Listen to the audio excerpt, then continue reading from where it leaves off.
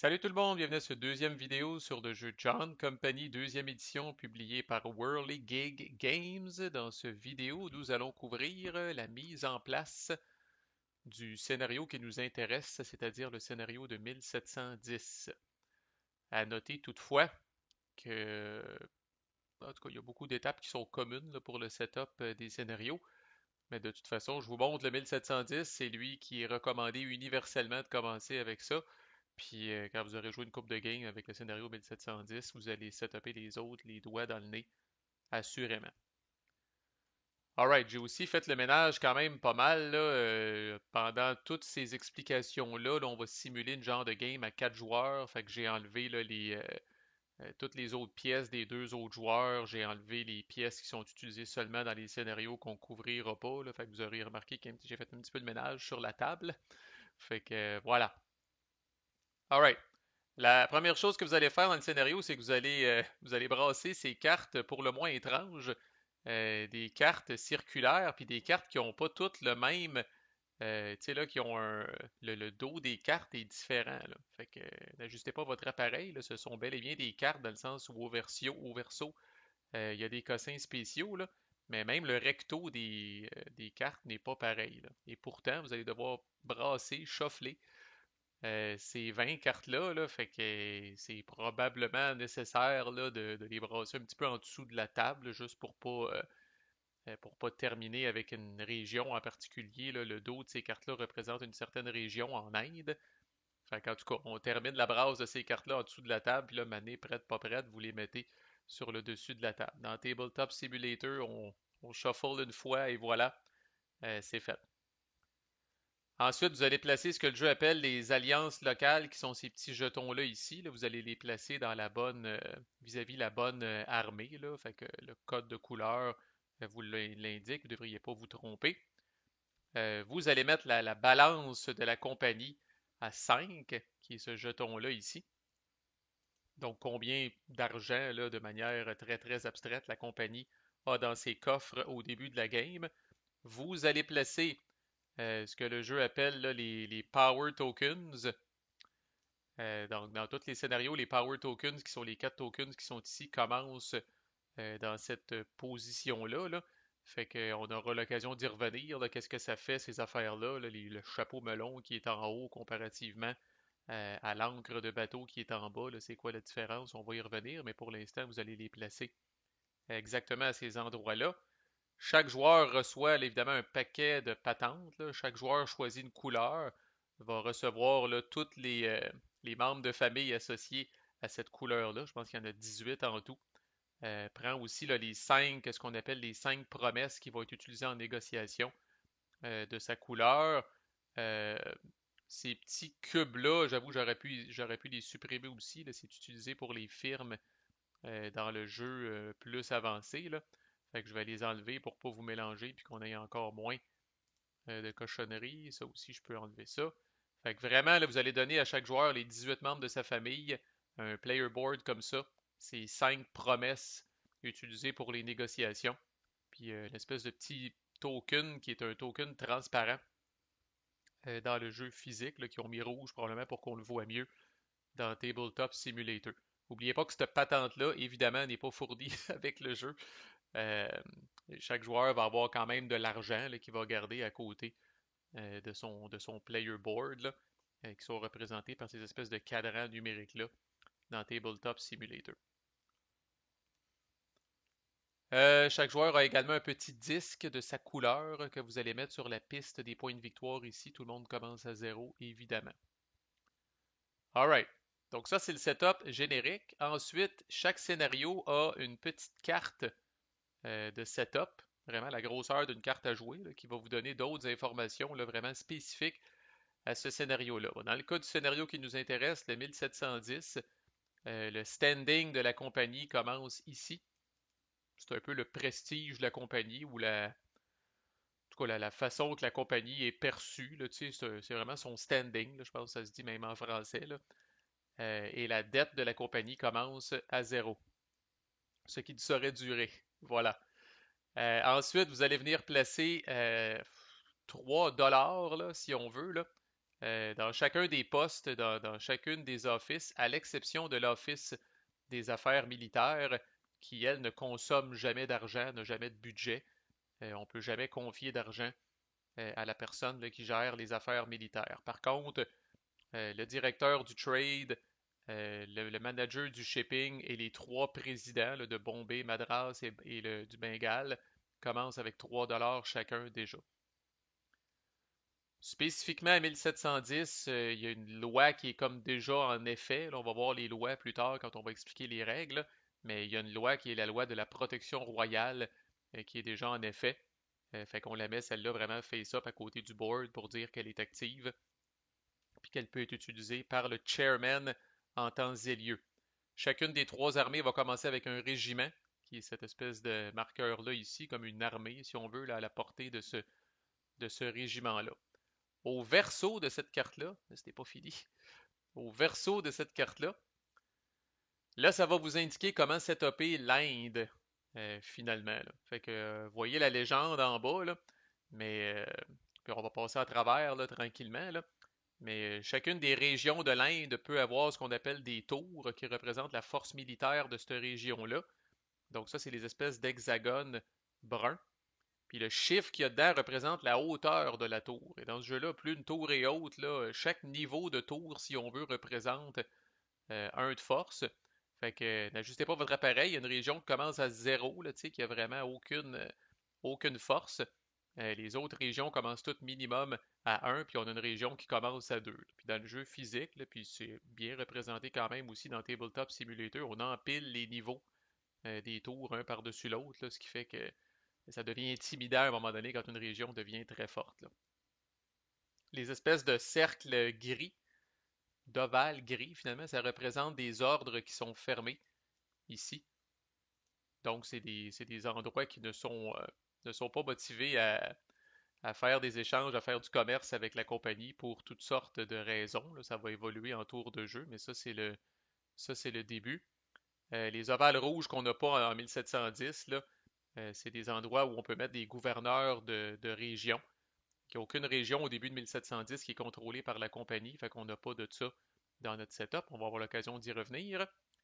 Et puis les drapeaux, là, ce qu'ils appellent les drapeaux d'empire, c'est pour représenter le fait, là, par exemple, dans le scénario de 1710, là, nous avons un et un seul empire qui est composé de trois régions, qui sont celles-là ici. Puis là, si je zoome dans Tabletop Simulator, là, vous allez voir justement, là, euh, donc ça, c'est la capitale de l'Empire. Vous voyez que le drapeau est un petit peu plus gros, là. Mémorisez-le visuellement. Là. Si je vous montre celui-là ici, vous voyez que le drapeau est un petit peu plus petit, mais il est de la même couleur. Fait que ça, c'est pour signifier que ces trois régions-là font partie du même empire, dont la capitale est la région avec le gros drapeau. Puis ça, c'est comme là, d'autres régions là, qui font partie de cet empire-là. Même affaire pour celui-là ici. Dans le jeu physique, vous allez avoir des drapeaux, je pense que c'est le même principe, c'est des drapeaux de couleurs différentes. Il y en a argent, bronze, or, quelque chose de même pour vous aider à les distinguer. Fait qu'à noter que la capitale n'est pas nécessairement la région de l'Empire qui a le plus de force. Alors dans ce cas-là, Maratha, qui est ici et qui fait partie de l'Empire, a une valeur de force de 2. Et puis la capitale, qui est Delhi, a une valeur de force de 1. Et l'éléphant, pour ceux qui ont écouté les vidéos de Pax Émancipation, là, il y a un éléphant, vu que là c'est quand même très thématique parce qu'on est en Inde. Il y a un éléphant aussi dans ce jeu-là, on aura l'occasion d'en reparler, là. Mais la flèche vous montre, là, la flèche noire là, vous montre là, à la frontière de quelle région se trouve l'éléphant et dans quelle direction pointe-t-il, puisque les fesses de l'éléphant et la face de l'éléphant dans ce jeu-là, c'est deux choses bien différentes. Fait que notre ami l'éléphant est ici. Puis, si je tourne un petit peu, vous allez voir que sa trompe ou son visage pointe vers le nord, là, puis ses fesses sont situées à Maratha. Puis ça, c'est important. Là, c'est pas la même chose que si l'éléphant était dans la position inverse. Là. Pour l'instant, on est dans le setup. Vous faites juste le setuper l'éléphant, puis comme je dis, on aura l'occasion d'y revenir. Alright, ça c'est fait. Je vais déliter cette carte-là, là, encore là, dans le but de garder ma table propre. Et ensuite, et là j'avais hâte d'arriver à ce bout-là, là, parce que ça je trouve c'est vraiment là où le jeu shine énormément. Vous avez 12 cartes euh, de setup 1710 que vous allez brasser comme ça. Puis vous avez aussi 6 cartes d'extra si vous jouez à 5 ou si vous jouez à 6. Par exemple, si vous jouez à 5, vous allez prendre 3 cartes aléatoires de ces 6 cartes d'extra-là, puis vous allez les mettre dans le deck principal. Vous allez vous retrouver avec 15 cartes. Puis si vous jouez avec le full 6 personnes, ben là, vous allez mettre les 6 cartes d'extra. Fait que vous allez vous retrouver euh, avec 18 cartes en tout dans votre deck de setup, là. Le point ici, c'est que chaque joueur va commencer avec 3 cartes de setup aléatoires. Et c'est ce qui ajoute énormément de replayability au jeu. Là, on a setupé une game à 4, fait qu'on n'aura pas besoin des cartes d'extra. Mais sachez que les cartes d'extra contiennent d'autres petites affaires, là, puis peuvent être intégrées dans le setup dans le cas où vous jouez à 5 ou à 6. Fait que là, on va mélanger ces cartes-là et on va en distribuer 3 à chaque joueur. Fait qu'on va commencer avec la famille Larkins. Puis je vais les flipper à mesure, puis on va passer la symbologie ensemble, puis on va faire le setup, puis après ça, on va être terminé. Fait que la famille Larkin, si je tourne ça ici, euh, donc la famille Larkins va être premier ministre, et on lui donne cette superbe roue de premier ministre ici, là, où normalement, là, c'était pas faisable dans Tabletop Simulator, mais dans le jeu physique, c'est le bras du premier ministre. Vous voyez une espèce de rond noir dans le centre, là, c'est vraiment comme un truc un peu comme Candyland, là. Pour ceux qui ont joué, ou tous les jeux de notre tendre enfance, là, où on donnait une piche-note sur une patente pour que ça tourne. Faites-vous-en pas, on fait pas ça dans ce jeu-là. Mais néanmoins, il y a quand même le bras du premier ministre qui va bouger en fonction en tout cas, de quelle policy qu'on essaie de faire avec la loi. Là, on va y revenir, là. Dans Tabletop Simulator, ça a été remplacé par un vulgaire disque. Fait que, bref, vous setupez le premier ministre, puis vous voyez là, où est-ce que se trouve le rond vert. Je vais zoomer pour vous le montrer. Là, c'est écrit 1710 pour montrer que justement le bras du premier ministre pointerait là pour commencer, mais dans Tabletop Simulator, on va utiliser ce petit cylindre vert-là pour le faire. Alors bravo à la famille Larkins qui sont premiers ministres. C'est écrit aussi qu'ils vont avoir une Random Blackmail Card, donc une carte de chantage si on veut, là. Ce sont les cartes noires qui sont ici. Et donc eux commencent avec une carte déjà en partant, là. Ça, c'est une carte. Comment est-ce qu'on fait ça déjà? Ouais, c'est comme ça. Ça, c'est une carte que seul le joueur jaune peut regarder. Il la garde face down, c'est vraiment secret. Alors, le joueur jaune la regarde c'est quoi euh, l'événement de ça. Puis c'est généralement, comme son nom l'indique, une carte de chantage. C'est quelque chose pour cochonner les adversaires ou vraiment faire un coup d'éclat euh, de surprise, là. Fait que le joueur jaune prend connaissance de ça et that's it, révèle sa deuxième carte. Il découvre à sa grande joie qu'il est aussi le manager of shipping. Donc, sur les cartes de setup, vous allez avoir euh, des postes aussi qui vont être affichés. Fait que là, le joueur jaune prend le membre de famille de son choix et vient le mettre là, sur le manager of shipping. Il a aussi ce symbole-là, l'espèce de cœur avec une girouette au-dessus. C'est un, il a une action dans la compagnie. Alors, il va venir prendre un autre membre de sa famille et il va venir le mettre ici dans ce qu'on appelle le Court of Directors. C'est un peu l'équivalent du conseil d'administration, si on veut. Alors, lui a une action dans la compagnie. Il prend un membre de sa famille puis il vient le mettre là. Puis ça commence, il y a énormément de cartes de setup qui ont une valeur monétaire en bas. Alors là, ça veut dire que le joueur jaune commence avec 2 $. Vous commencez avec 0 par défaut. Si vous preniez des cartes de setup et qu'il n'y a pas une scène dessus, vous allez vraiment commencer la game avec 0. Puis des fois, vous pouvez commencer la game puis être riche. C'est la beauté de ce petit setup-là. Qu'a-t-il d'autre en stock? My God, le jaune est aussi le président du Bengale. Alors bravo, c'est ça ici. Alors le jaune, quand même assez bien représenté dans les différents offices. Et il a une autre action. Et là, c'est terminé. Le setup du joueur jaune, c'est terminé. Fait que là, on prend les 3 prochaines cartes. Je vous recommande de faire ça justement tranquillement, puis on se double-check tout le monde là, pour être certain qu'on ne fait pas d'erreur. Fait que là, c'est bleu, famille Hastings, qui sont présidents de Bombay. Ici. Une action dans la compagnie. Passe vite pour les symboles qu'on a déjà vus. Commence avec 1 $. Je flippe. Ils sont aussi commandants de l'armée de Bombay. Alors, commandant, c'est un peu fucké. Ce n'est pas considéré un poste, ce n'est pas considéré un office. On ne peut pas prendre notre retraite d'un poste de commandant, mais n'empêche, c'est quelque chose qui vient avec son lot. On va décrocher cette madame-là, là. C'est quelque chose qui vient avec son lot de décision quand même, fait qu'on l'identifie avec un membre de notre famille, pareil. Et là aussi, ce symbole-là, c'est un scribe, si le jeu appelle ça un writer en anglais, là, mais c'est un scribe à bomber. Donc là, il va venir prendre ça, puis les scribes, là, comme l'icône l'indique, on va venir les mettre ici. OK, fait qu'il y a quand même, puis là, ça, c'est par pur luck, là. Il est président de Bombay et il est commandant de Bombay. Ça vient sur deux cartes différentes. Ces deux cartes-là auraient pu se retrouver avec deux joueurs complètement différents. Fait que voici un exemple. Wow, c'est cool, là. Tu sais, on a comme quelqu'un qui est un peu roi et maître de Bombay, là, qui n'a pas aucun autre joueur pour venir émettre des bâtons dans les roues. Il est quasiment capable de prendre toutes les décisions nécessaires de ce qui se passe à Bombay. Et 4 piastres, quand même. Et dernière carte, il est aussi il occupe le poste des affaires militaires. Je vais lui donner tout de suite son dollar. Et il a un bateau dans l'Est. Alors, les bateaux, comment que ça marche? Pas compliqué, là. Les noms, c'est du flavor, là. Vous allez prendre la première carte de la gang. Vous allez prendre le premier shipyard, là, ou chantier naval, si on veut, là. Puis tous les chantiers navaux ont comme un nom. Le nom du bateau finalement qui est associé. Fait que là, on voit que c'est le Atlas, donc on va le prendre ici, puis c'est bien fait là, dans Tabletop Simulator, puis même dans votre jeu physique, je vous le recommande. Là.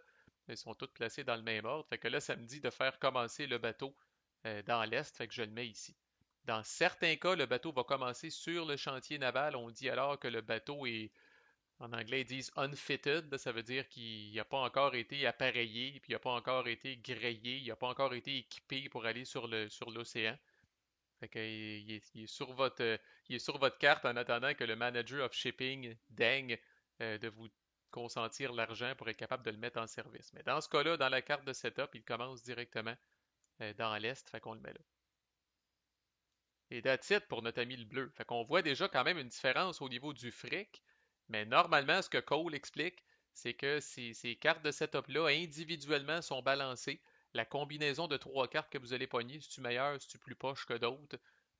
Probablement que c'est pas 100% égal, mais n'empêche, c'est good enough pour permettre de goûter à cette asymétrie-là. C'est quand même good enough.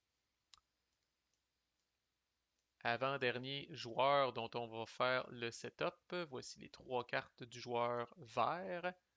Donc, il est le président de Madras. Il a une action et une pièce.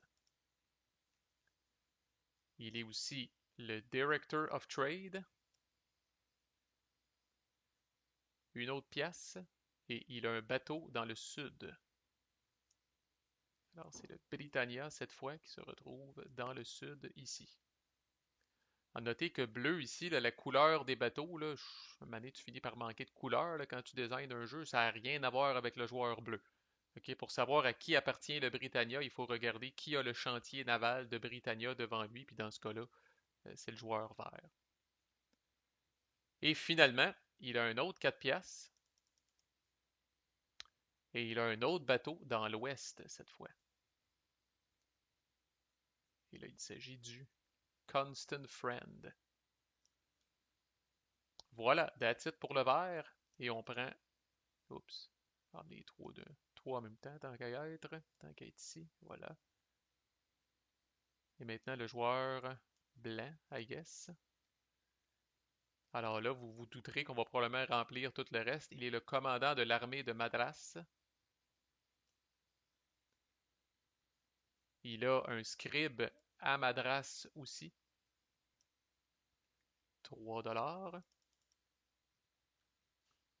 Il est le commandant de l'armée du Bengale.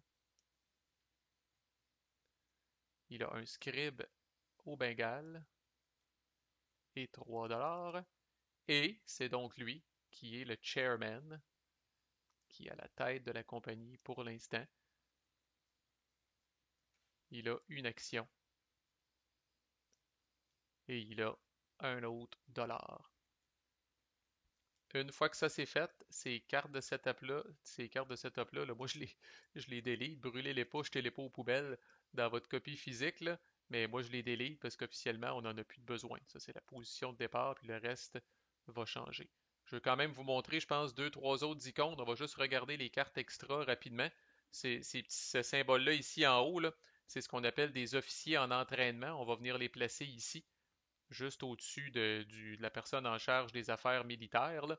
Donc, c'est des officiers en entraînement qui vont pouvoir être déployés là, dans une des trois armées. Après ça, ça c'est de l'argent, on l'a déjà vu. Ici, on voit que la personne qui a cette carte-là commence avec deux chantiers navals, mais que les bateaux ne sont pas déployés dans l'océan tout de suite. Ici, la personne a une carte de chantage aussi, puis 3 dollars. Ici, même affaire. Ici, une action 3 dollars. Puis ici, ce chapeau-là veut dire que la personne se prend euh, un bien de luxe, quelque chose sur lequel on va revenir, mais commence avec un bien de luxe déjà. Ça, c'est les cartes extra qui sont rajoutées dans le deck et brassées avec le deck quand vous êtes plus que 4 joueurs. Et la dernière étape du setup, maintenant que ça c'est fait, on les garde séparés au début parce que comme vous avez vu, il y a des cartes de setup qui vont donner des cartes de blackmail aux gens. Mais normalement, ça aussi c'est un petit peu fucké. On va prendre ces deux. Donc ça c'est des cartes de prestige, il y en a 20. Ça c'est des cartes de blackmail, il y en a 10 par défaut. Mais là vraiment, une fois qu'on est rendu là dans le setup, on va prendre ça ici. On va mélanger ça ensemble. Donc dans TTS, je le fais une seule fois. Dans le jeu physique, là, c'est là encore là qu'on brasse, puis qu'on brasse un petit peu en dessous de la table pour pas savoir quelle carte va se ramasser sur le dessus. Et ensuite, nous allons venir populer ça ici, qu'on appelle là, le London Season Display, là, autrement dit le présentoir de la saison de Londres. Fait que je vais venir prendre les cartes du dessus. Les cartes de blackmail, je les laisse face cachée. Par contre, les cartes de prestige, je les révèle. Wow, puis là j'ai bel et bien brassé, là, n'ajustez pas votre appareil, j'ai 20 cartes de prestige, puis il me restait rien que 9 cartes de blackmail, mais n'empêche, là, 3 des 4 premières cartes étaient des cartes de blackmail. Fait qu'on ne voit que celle-là, il n'y a que ça qu'on est sûr qu'on va essayer de se battre contre, se battre pour en fait, là, comme on va voir plus tard. Puis il y a deux cartes de blackmail qui sont face down, on va voir qui peut regarder ces cartes-là et quand. Mais pour l'instant, c'est terminé, ça fait le tour du setup, on est prêt à jouer. Fait que prochaine vidéo, là, on rentre dans les règles de manière un petit peu plus formelle, là, la séquence de jeu, comment ça marche, puis qu'est-ce qu'on fait à chacune des étapes de cette séquence de jeu-là. Manquez pas ça, à plus.